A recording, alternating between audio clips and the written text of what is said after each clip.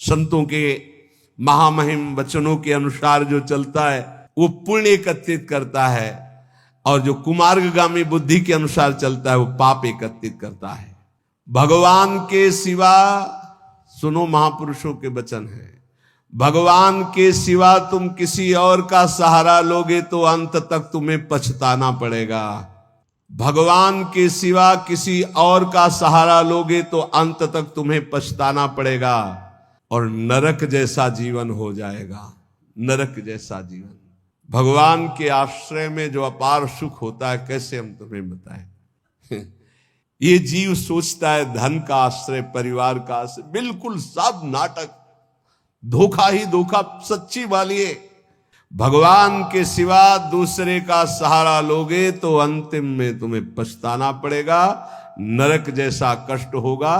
और अगर भगवान का सहारा है तो सच्ची माने जीवन परम मंगल में देखने को मिल रहा है। नारकी स्थिति से जीवन परम मंगल में देखने को मिल रहा है। दूसरा, संसार के मनुष्यों से जो प्रेम किया जाता है वो अगले जन्म का निमंत्रण है, अगला जन्म का। और यदि भगवान से प्रेम किया जाता है तो परम धाम जाने का, अगला जन्म का खत्म। अब देखो तुम्हें पसंद क्या करना है। तीसरा, जिस शरीर में जितनी आसक्ति कर लोगे अगला वही जन्म उसी शरीर का मिलेगा। जैसे हिरण के शरीर में आसक्ति कर ली तो भरत जी हिरण बन गए, पुरंजन ने स्त्री में आसक्ति कर ली तो पुरंजनी बन के अगले जन्म में स्त्री बन करके जन्मा। इसलिए जिस शरीर से अधिक प्रेम कर, जो मकान से ज्यादा प्यार करता है वो छिपकली बनकर मकान में रेंगता है। ध्यान, जो जिससे अधिक प्यार, वो ऐसी योनि को प्राप्त। तुम योनि प्राप्त करने के लिए नहीं आए, तुम भगवान को प्राप्त करने के लिए मानव देह प्राप्त किया है। नाम जप करो, सच्चाई से नाम जप करो, तुम्हें खुद दिखाई देगा जो लिखा है। कोई किसी से प्यार नहीं करता, सिर्फ नाटक, सिर्फ नाटक प्यार का चल रहा, कोई प्यार। जो राग और द्वेष पूर्वक जीवन व्यतीत करता है वो दुर्गति का पात्र बन करके नाना प्रकार की नारकी योनियों को भोगता है, और प्राय राग द्वेष में ही जीवन जा रहा है। ये 18 दोष भोगने ही पड़ते हैं जो भगवान का भजन नहीं करता। भूख, प्यास, बीमारी, बुढ़ापा, राग, द्वेष, मोह, निंदा, चिंता, भय, खेद, विषाद, जन्म, मरण, विस्मय, शोक, मंद, अरति, कहीं मन नहीं टिक रहा, घोर अशांत, डिप्रेशन में, अरति। ये 18 दोष भगवत विमुख को भोगने ही पड़ते हैं। और यदि वो भगवान के आश्रित हो जाता है तो उसमें जैसे भूख है, प्यास है, बीमारी है, बुढ़ापा है, इन सब में भगवान का एक विशेष कृपा प्रसाद रहता है। देखो, बेटा और बहू की कथा सुन चुके। एक संत भगवान ने कभी शिष्य नहीं बनाए थे, श्रीधर बाबा। और जब वृद्धावस्था आई तो अपने लोग 8-10 संतों की होड़ लगती थी कि देखो आपने 1 घंटा सेवा की है, अब आप हटिए, अब हम सेवा। और जानते उनको कैसे सोच कराई जाती थी? ऐसे टांग लिया जाता था 2 संत और ऐसे हाथ में कराई जाती थी। क्यों? क्योंकि भजन करते थे। सौभाग्य था किसको शौच कराने को मिले, किसको स्नान कराने को मिल जाए, किसको वस्त्र धारण। ये सौभाग्य, भगवान के सिवा किसी को अपना नहीं माना। तो ऐसे गोद में, संतों की गोद में उनकी सेवा होती थी। और अंतिम समय राधा राधा मुख से निकल रहा था, सब संत कीर्तन कर रहे थे और ऐसे पधारे, पूछो मत। ये है ना कोई शिष्य, ना कोई जगह, ना कोई 1 रुपया। तो ऐसे भगवान की तरह अंतिम समय उनकी पूजा हुई। जब उनका शरीर असमर्थ था, ड्यूटी लगती थी, अलग अलग ड्यूटी लगती। कई संत भगवान अपने ड्यूटी लगी थी कि इतने बजे से इतने, और लड़ाई होती थी। देखो आपने 1.25 घंटा आज कर लिया, 15 मिनट ज्यादा कर लिया, अब आप हटिए, आप हम मुझे तो कहते यार थोड़ी देर और कर ले। मतलब लोभ लगता कि जितना अधिक मैं सेवा कर पाऊं। क्यों? क्योंकि भजन परायण थे और वहां पैदा किया है, संपत्ति दी है, लात मार रहे। भगवान से विमुख जो है उसे 18 दोषों को भोगना पड़ता है। जो भगवान के कृपा पात्र होते हैं उन्हें संत संग मिलता है। जिन्हें संत संग मिलता है उनमें अंत काल में जैसे भगवत प्राप्ति होगी वैसा संयोग बना दिया जाता है। अंत काल में दादू मन ही सो मल उपजय, मन ही सो मल धोई, सीख चले गुरु साधु की, तो तू निर्मल होई। नाम जपे रुचि साधु को, साधु जपे रुचि नाम, दादू दोनों एक टक, यहू आरंभ यहू काम। कह रहे मन गंदा हो गया है, अब मन ही निर्मल हो तब बात बनेगी। कैसे निर्मल हो?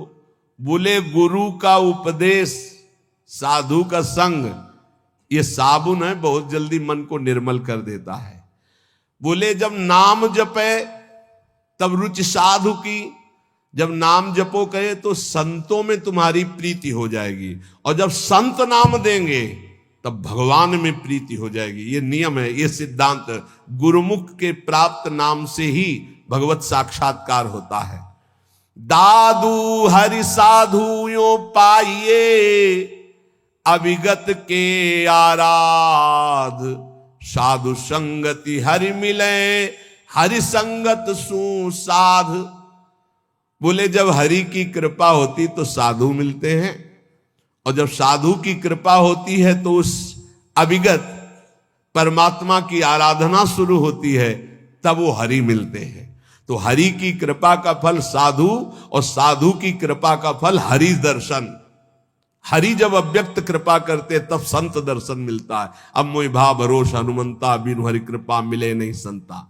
तो मन भुवंग बहु विष भन्या, निर्विष क्यों न होई, दादू मिलिया गुरु गारुणी, तो निर्विष किया सोई। बोले ये मन बड़ा विष फैलाता है, काम क्रोध लोभ मोह मद मत्सर बड़ा विषयी बना दिया। तो बोले अब ये विष कैसे उतरे? बोले गुरु गारुणी, विष उतारने वाले गुरुदेव हैं। जो गुरुदेव ने नाम मंत्र दिया है उसको जपो तो मन का सारा विष उतर जाएगा, निर्विकार मन हो जाएगा। पूजा मान बड़ाइया, आदर मांगे मन, राम गहे सब परिहरे, सोई साधु जन। सबके मन में होती है हमारी पूजा हो, हमारी मान हो, हमारी बड़ाई हो, हमारा आदर हो, लेकिन साधु वही है जो मान बड़ाई आदर को स्वीकार नहीं करता, इच्छा नहीं करता। सब में मेरे प्रभु है, सबको प्रभु को भाव से प्रणाम। इतने विराट रूप भगवान इतने रूप में आकर दर्शन देते हैं, ये भाव नहीं रखना। मान बड़ाई आदर इसका कहीं भी नहीं। मेरे प्रभु आकर मुझे दर्शन देते हैं, करुणा करके इतने रूपों में दर्शन देते हैं। जो भगवान को प्राप्त करना चाहता है वो साधु कैसा होता है? जो मान बड़ाई आदर आदि को भी स्वीकार नहीं करता। विष सुख माही रमि रहा, माया हित चितलाई, सोई संत जो उबरे, स्वाद छोड़ी गुण गाई। संसार के विषय भोगों में रम रहे जीवों का उद्धार कौन कर सकता है? बोले संत। बोले कौन संत? जो बोले केवल भगवान के गुण गा रहा, उसके बदले में कुछ नहीं चाहता है। अगर कुछ चाह है, रुपया पैसा भोग सामग्री स्वाद मान बड़ाई प्रतिष्ठा, तो उसकी वाणी का प्रभाव नहीं पड़ेगा। विषयों में फंसे हुए, माया में फंसे हुए जीवों का उद्धार किससे होता है? बोले संत से। बोले किन संत से? बोले सोई संत जन उबरिया, जो स्वाद छोड़ी गुण गाई। स्वार्थ स्वाद इनको छोड़कर कोई भी चाह नहीं, केवल स्वांता सुखाए तुलसी रघुनाथ गाथा। बोले ऐसे संतों की वाणी से माया में फंसे हुए लोगों का उद्धार होता है। साधु मिले तब उपजे, हृदय हरि को ध्यान, दादू संगति साधु की, अभिगत पुरवै आन। बहुत शीघ्र परमात्मा प्राप्ति होती है ऐसे संत महात्मा के संग से। उनके बताए हुए ध्यान नाम गुण कीर्तन से बहुत जल्दी भगवत साक्षात्कार होता है। प्रेम कथा हरि की कहें, करें भगत ल्योलाई, पिबे पिबावे राम रस, सोजन मिलवो आई।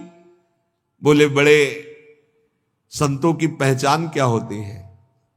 बोले जिनके पास बैठने से केवल भगवत चर्चा ही हो, हमारे आचरण सुधरे, हरि नाम में प्रीति हो, हरि चरणों में प्रीति हो, भक्ति का हृदय में प्रादुर्भाव हो, वो स्वयं भगवत रस पिए हुए हैं और वही भगवत रस हमें पिला सकते हैं। साहब सो सन्मुख रहे, सत्संगति में आई, दादू साधु सब कहें, सो निर्फल क्यों जाई। बोले साहब के सन्मुखता बनी रहेगी यदि संत संग रहेगा। साहब हरि के सन्मुख हो जाओगे, और सन्मुख होए जीव मोहि जब ही, जन्म कोटि अगनासौ तबहि। करोड़ों जन्मों के पाप उस जीव के नष्ट हो जाते हैं जो भगवान श्री हरि की सन्मुखता प्राप्त कर लेता है। वो सन्मुखता साधु संग से प्राप्त होती। साधु संग कभी निष्फल नहीं हो सकता। अमोघश्च